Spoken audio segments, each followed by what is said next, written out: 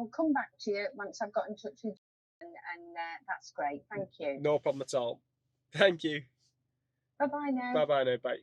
Busy season has definitely started. I'm out on the tools. I know it's been a while since we've been on the camera, but we're back. I'll update you on boilers, home care, the progression of the business, and what we're going to do as we navigate through the winter season. Let's go. Dark mornings, dark nights, they're here. I'm saying the temperature's not dropped too much, but we're down at 7-8 degrees now. We're at 5:55. I'm going to be late for the gym. But yeah, what I would normally do, I can easily fall into this when it gets really cold, is going straight to the office. I love to go straight to the office and be there at like 5:15. So you've got a couple of hours working before all the madness starts, because that time that you've got in the morning, you've no distraction. I talk about it all the time. It's so much better at that time, but it's also, I believe, super important to train. And nights are difficult with the kids and everything, so I like to get the training. It's a constant battle that I've got in my mind as to whether I should be training in the morning or going straight to the office. But one thing I do know is if I just head to the office and I'm just working all the time, from the office and then coming back, dealing with the kids, mentally, I just get stressed out. So I found if I just get to training, train 6 till 7, that's done then, and then I can crack on with my day. Try and carve out some parts of the day where you've no distraction, so you can focus on the stuff that you need to do to push on, as opposed to putting fires out all day. So yeah, I'm looking forward to seeing, especially when the weather drops as well. You just don't know what you're going to deal with when you walk into that office. What the phones are going to be like, whether you get a surge of jobs. But I buzz for this time of year. I don't like it. Like during summer, there's a bit of downtime, but I just don't like it. I love the pressure of winter, being busy, the phones going off, and just smashing it really. Anyway, let's crack on. Come on, let's get in the van. Yeah, I've sent her a message. What day is it today at school, Freddie? Jump in your seat, come on. Fancy dress? Can't tell. You can hear something knocking on the back of the van. That'll be something else that's gone wrong. And my tyres are bald on one side, so they need replacing. That's definitely a job I need to at least book in today. Daddy's trying to film, Freddie. I'm filming it so you can watch it when you're older. See what Daddy got up to. I'm on my way to drop Freddie off now. We've got breakfast club, which has been brilliant after the 6-week holidays. So we can drop Freddie off at school, which he loves as well. He enjoys it, between like 7:30 and 8, as opposed to 8:30, then getting stuck in traffic. So it's now 7:45. Louis, our other lad, he's at grandma's, but we can't drop him off till 8:45. So Sarah's angry now at home, getting stressed out because Louis will be smashing the house up. But I can get Freddie to school now, and then I can head straight off to work. And at school, they sort him out with toast and breakfast. So yeah, it's brilliant. It's 7:45, straight into the office. Let's go. 8:15, Freddie's dropped, and I'm on my way into the office. At this point now, Catherine is already in work. She starts at 8. The girls are set up so they come in at staggered times. Partly that's to suit them really on their times, but it works well for us as well, because Catherine will start at 8 and finish at 4. And then we've got Joanne that'll start at 10, because she likes to miss the traffic in the morning, do whatever she's doing in the morning, miss traffic, and then work till 6. So I've got wider coverage throughout the day. So that's excellent. So Catherine's already in now at 8 o'clock. She's seeing that there's normally like an influx of calls now between like 8 and 10. That's the busiest. She'll deal with that, and then when I go in, she might have any urgent tasks, we'll box off straight away. I'll try to. She tries to make sure that I do them tasks, but in some cases I end up shooting off and they're chasing me later in the day. In terms of the lads, the installation lads, they've got a different mindset to our service and repair lads. Installation lads want to get in. They're generally at the office at like 7:30, 20 to 8 latest, getting the stuff ready so they're on site as soon as possible, because as soon as they're done, they can get off home. Now, our service and repair engineers, I don't put any pressure on them, but coming into winter now, it's funny actually, because it actually makes me laugh. During the summer, we're pretty relaxed. They can start at around 8:30, sometimes it'll get to 8:45, and they're finishing. They don't often work past 5 o'clock during summer. In some cases, we're trying to fight to get them in till 5, like putting jobs in. It might be 4 o'clock, 4:15, or earlier. But now, as soon as it gets a little bit busier, they're on the phone, or they're mentioning that they're working past 5 o'clock, but they're only coming in at the same time. Might be 8:45 by the time they get to the first job. It's no good now. So it's a conversation that I'll be having with the lads shortly. Just like, we need to make it happen now. Through winter period, we have to make it happen. So that additional job that we can get in, that means I need you at the customer's house really between 8 and 8:15. So then you've got that bit of time at the back end of the day. Gives you a bit of contingency if there's an issue with a job, or you can deal with an emergency. And they usually sound about it. It's tough, because when we get busy, you've just got to use the resources that you have, i.e. the vans that you've got, to get through the demand. I don't plan on putting any more vans on the road now until next year. So I'm going to just work to like optimise the team we've got and get through them jobs. So that's what we'll do there. And yeah, installation lads, they're also great as well. If they do finish early, our lads, they will put in the group. And that's lads across the board. If they do finish early, they will put in the group and say, we've got done early, do you need any assistance? It's just when everyone's pushed where it gets tight. And I think your job as well as like your business owner is to make sure you're managing them stress levels of your engineers, aside from yourself, just to make sure that they're all right. It may seem from the engineer that we're like pushing them to death, but if anything, I do my best to protect them, to make sure they're covered. And if that means me jumping in, doing emergencies, then that is what I will need to do over winter. One thing I have done, like a couple of changes we've made, is we was using Dan the man, to do surveying at least 2 days a week during the summer, which was brilliant, giving him loads of experience, and he's been helping out loads on the business. But again, coming into winter now, I need them installations booked in. So I've took over the surveying, which I'm doing surveyings now in the mornings, and Dan is out there installing, and it's making a massive difference. I'll let everybody know what our sales are at the end of October, but at the minute we're going to completely smash what we've ever done before. And part of that is Dan jumping on the tools, Warren as well, that's in the hybrid role. He has been doing more jobs as well. I've teamed him up with one of our newly qualified apprentices. He's not quite got his gas safe, but he's been with us 4 years. Stuck him with Warren, and they've been getting boilers done as well. So it makes a massive difference to certainly your gross profit and your bottom line, because you're using the resource that you've got. Looks like Dan's in getting organised, and no doubt the installation lads are gone and left now. It's 8:20.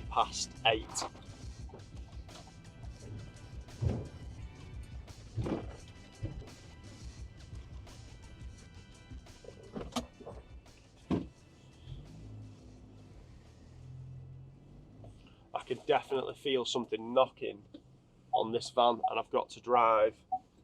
I've got a competition on Sunday in Birmingham, so I want to get these tyres done and this whatever this knocking is at the back right of the van.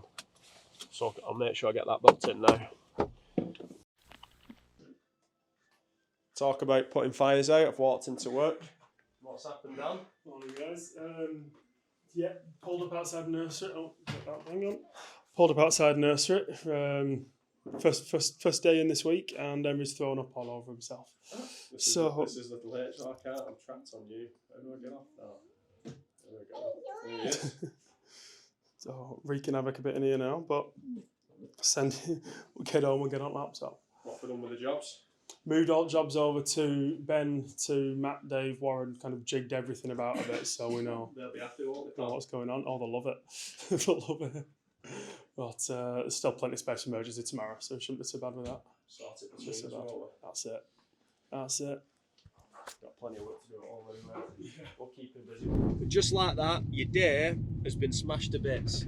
So I did plan today on, I had a couple of quotes in the morning, and then I wanted to be off this afternoon to catch up on some work in the office. And the work that I was catching up with is not the reactive stuff like our Trellos, which is internal communication. These are tickets that are coming in. They might be quotes, invoice queries, just general admin stuff that can really bog you down. I didn't want to work on that today. I wanted to be working on our price list coming into winter season. So that's for our set prices for gear that we carry on our vans for first time fixes. So our breakdown engineers, when they turn up to the job, they've got the part, they know the price, so it's not going back to the office unsure on cost. There's a set price for the part that they've got.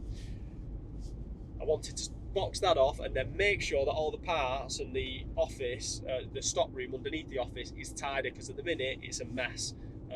There's just it's just a mess, and all our engineers are busy.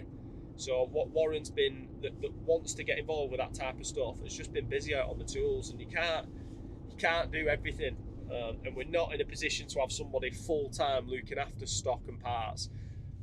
But likewise, you've got engineers like Ben, Dave, Matt that want the stuff on the van so they can get stuff fixed. It's frustrating for them when they've not got the gear to get the job done there and then, and there's not always time to nip off and get the parts, which I understand.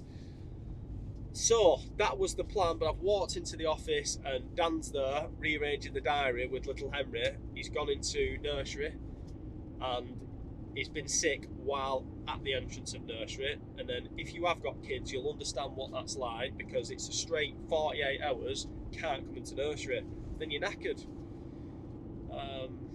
So Dan's then moved some of the jobs about, but there's a lot of jobs. Dan's very well rounded across the board. He can do every type of job that we deal with. He's been brought up with me, we've done it together, so we've got a similar skill set, same the likes of Luke. But some of our other out and out breakdown service engineers, they're not used to doing the type of work that Dan had booked in. So a job that might take an hour could take them 3, and we've not got the time to do it. So I've moved a couple of them jobs over to my diary this afternoon. So I think I've got 2 quotes this morning, and 4 jobs this afternoon. I've got to try and get back to a birthday meal. It's my sister's 30th, so I've got a birthday meal to get to, as well as pick the kids up. But yeah, that's what we're dealing with on the. So that's why you've got to just in the morning, if you can train, that's always good. It definitely helps deal with the stress. You're ready for the day, and then you can map out to a certain degree like what you want to get done that day, but be prepared for anything, especially at this time of year. Well, today didn't exactly go to plan, but we've got the jobs done. It's 6:20. I've been and picked the dogs up. I'm going to go and see the boys now. All the emergencies that were in Dan's diary, the jobs have been moved over between the lads, and we've all managed to get them done, which is good. We've had a couple of new boilers come in that need booking in, and we've completed on a couple of boilers. Scott, Luke, Theo, Aaron, they've smashed it. They finished a full heating and then gone over and done a system boiler. I think it was a system boiler installation. So that's good. I've seen a few home care sign-ups come through. So overall, it's been a good day. It gets tough at this time of year now because stuff behind the scenes starts falling behind. Now, to be fair to Dan, even though he ended up off work today with little Henry, his lad, he's got his laptop set up and he's worked from home. So he's kept on top of a number of things. But pricing, getting stock ready for the vans, that is something that I need to get on with this week. New day, and we go again. I'm hoping when I walk in this morning there'll be no babies running around and we've got a full team in work. But until I get in, you just never know. So far it seems like we're alright. Just had a walk down to the garage because I can definitely hear the knocking. It's on the back of the van. And I'm going to Birmingham on Sunday. Morning. You alright? We've got a full team in today. No babies running around. Boiler board, this is looking good. We've filled it now. I must say filled it. Bit of space there. 23 so far. A couple more that came in yesterday, so we'll get them on the board. and hopefully we'll finish on a strong month. Whether we'll hit 40, maybe 40 boilers this month, that'd be good. Struggling to load my laptop, but today we've got a full team in, which is good. The job that I went to yesterday, which was the warm air unit, which was quite a big job, especially when we were busy yesterday. Warm air unit converted to a combi with 7 radiators and a towel rad. That was accepted last night, so brilliant. Again, talking about speed from quote to conversion, quoting on site as much as possible, following up with a message, any queries, any objections you can deal with on site, and just checking our conversion rate as well from 30 days to 90 days. 90 days we're at 63%, 30 days we're up to 70%. So every 10 boilers that we go and survey, we win in 7, which is excellent, especially coming into this time of year. As well as keeping prices where they should be. We're not trying to, like, there's ridiculous offers and stuff that are out there, and you can soon underprice yourself. We're keeping our prices high and converting the jobs enough to fill the engineers that we've got. Yeah, that's what we're up to. Right, Dan? Just wrapping up now. It's Thursday, 4 o'clock. Trying to get last couple of boilers converted. I've done a couple of jobs. I've had 2 more boilers coming today, which is great. One of them's here that I need to book in. One problem that we face now is it's not like trying to get boilers over the line. As much as we're still pushing to get new boilers, it's how can we fit them boilers into the diary. So me and Joanne have got next week organised.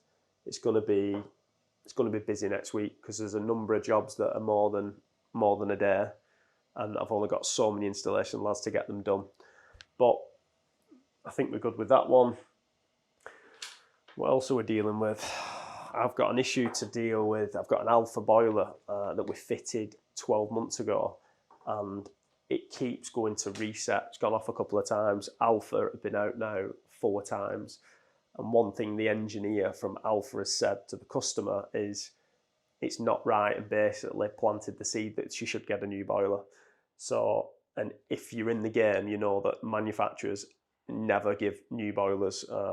It's just not something they do. They'll look to fix it. The problem with this customer is the boiler's in the loft. She goes away and she's panicking because she's had a flood in the past. From going away, boiler's locked out, pipes are frozen, and she's ended up with a flood.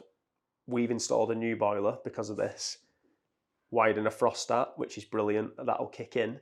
But if that boiler goes to reset and she's on holiday and it does freeze, the frost stat won't do anything. She's in a mess and she's on my case. She's lovely, but we need to get that sorted. But I'll deal with that tomorrow. What else have we got, Dan? The competition. Competition, yeah. We've done a little bit of something for any customers or non-customers that are over 75. We understand that it's tight, especially with the budget pulling the winter allowance. So we've done 10 free services. Yeah, 10 free services. 50 odd people have submitted. So let's go and do that now. Let's get that boxed off.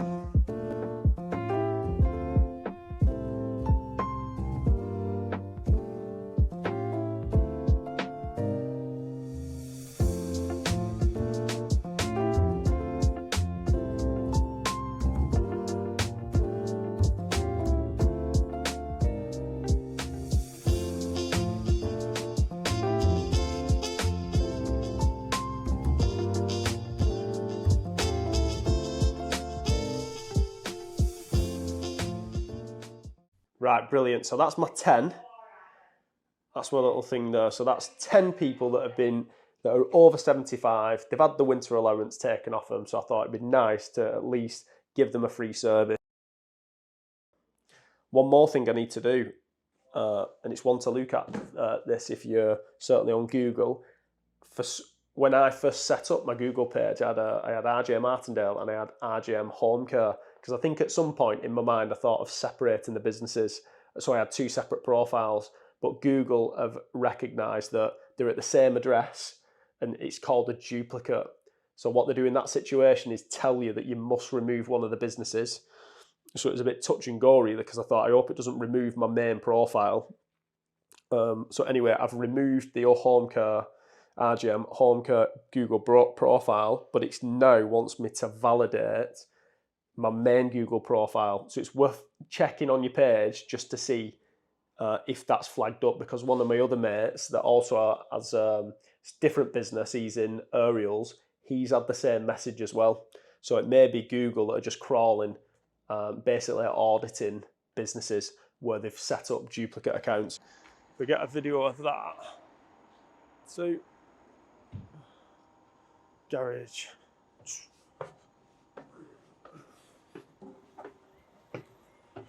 So,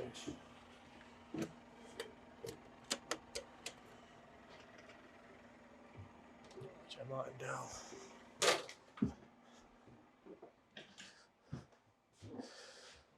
So I think that will be fine, and that stops people as well. What Google doesn't like is people setting up profiles with no physical address. So we're basically verifying that address. So overall, we've had a good day. Converted jobs, got all our emergencies done. All the lads seem okay. One thing I had started and not finished, typical of me, is one-to-ones with my engineers. I've done a couple. I want to schedule 2 more in next week because my lads came back with some great feedback that I want to put into place. And it's difficult when you're getting busy, but I just want to make sure that they can see that we're getting the recommendations done, so we can push on and kill any issues. We can just kill it like before it becomes a big problem. It's easy for me, or should I say, it's not easy, but there's that many things happening all the time in the business, from like literally from 1 hour to the next. So the engineers may feel like they've not got my attention.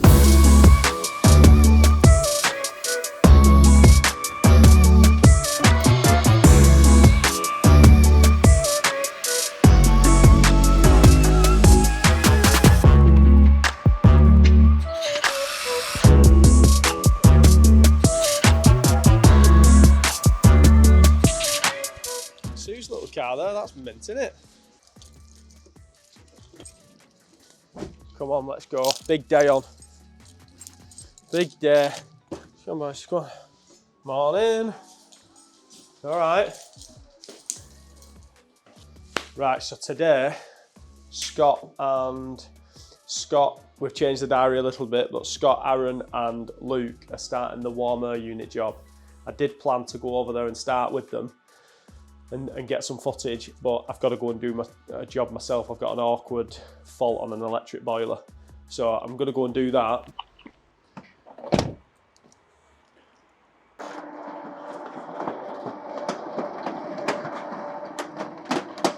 Just been delivered, which is good. I've left the lads to it over in Wigan. They've smashed it the first half of the day. Boilers fitted, rads are on the wall, they've got the pipework in, and it's all neat as well. It's fast and neat. But it's a big difference when you can send a team, like I mentioned in the start of the week, if you can send 3 or 4 installers all together, like they're just bouncing off each other. So by tomorrow, that job will be finished. There is some tricky parts of the job dealing with where the old vents are. We've got to get all that neat, but they'll have boxed it off. And I think we've had an emergency boiler.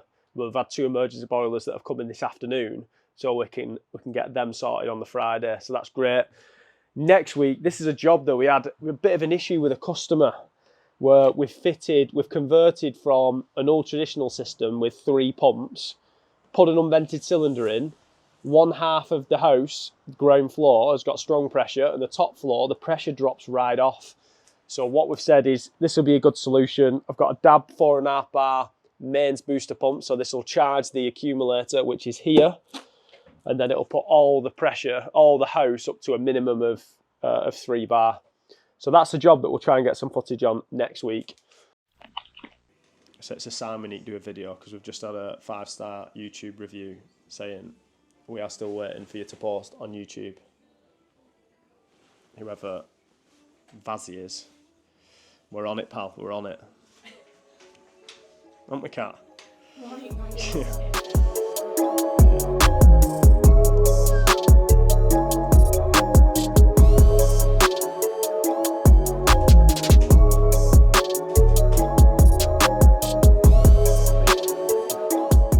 Yeah, in my thread.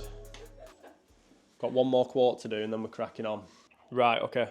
He was a bit arsey with me at first. Was he? Yeah, until I explained. Well, it's on your gas safety cert that everything's working okay. Well, it is. Yeah. You know, but he says, well, it's leaking. I'll have to try and locate it and see where we go. So that's where I went back. Got to be careful with that, yeah, because you've got like a zinc screw going into anti-aluminium. Metals, yeah. So it's sheared off, and I flooded the woman's kitchen. Yeah, I've done that myself. So I always swore blind I'd never touch him again. No, wait, same. Yeah, you've got like a stainless bolt, aren't you, going into an aluminium? Yeah. Or an alloy heat exchanger, yeah, just rubbish. With a combi, he might need a double elbow because it's close to the wall. Okay. You won't get... Yeah, you might have to elbow and then elbow it back. Brilliant. Okay. Cheers, Stu. No worries, mate. Thanks, pal. Ciao, mate. Ciao. Bye-bye. Ciao. So these are quotes where the likes of Stuart or Connor that are over in Lancaster and Morecambe, where I don't survey them, they'll go and have a look at the job, send the pictures back, jump on a call with me if we need to, and we'll just get them priced and sent over as soon as possible. And to be honest, conversion rate is pretty much the same as if we're surveying them. You know, like, it's just providing we get that quote over to them at speed and we follow it up if they've got any questions or they're unsure. There's no bother generally, and we will then send one of our lads, depending on what depending what the job is. If it's an easy-ish combi, we can get Connor and Stuart to do it. If it's a conversion, we'll send our installers up from Bolton, and they'll just get it boxed off in the day. And the benefit of having our engineers in Lancaster and Morecambe is if there is any remedial works that need to be done, I don't need to send lads from Bolton to go and sort it. Our local lads can fix it there and then. We've got our list, master stock list. Have you seen this, Joanne? All our parts on. No, you've not. All our parts, all our costs. Oh. Yeah. You don't need to look at it now. I'll show you after. Show me. Brilliant. So what we've got is all the parts that I want on the vans with a cost that we pay for them, where we buy the parts from, and our total cost for the part and fitting. And these are all parts that I want on the vans. One on the van, one in the stock room. So I've got our list. Now I want to see downstairs what parts I've actually got down there, because there's stuff everywhere. Get some organisation with this list, and then we can get them loaded onto the vans. The other step we've got to do as well is all these parts that are on here with the fitted cost need putting into Commusoft. So when the engineers come to a job where they've got this part, there'll be a code assigned to this part. It'll include parts and labour, and the girls will be able to easily invoice it without ringing round trying to find out how much parts are. It should just make it all a lot easier, especially as we push on into winter.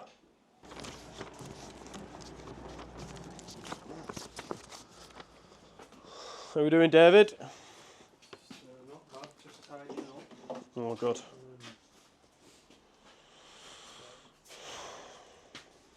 This is Dave. I've not had Dave really on camera. Our top service and breakdown engineer. Aren't you, pal? That's it. Number one. Number one, yeah. According to me. So, as you can see, it's not really changed much in the last probably 8 months. We've just got stuff everywhere. So we'll go through the list now.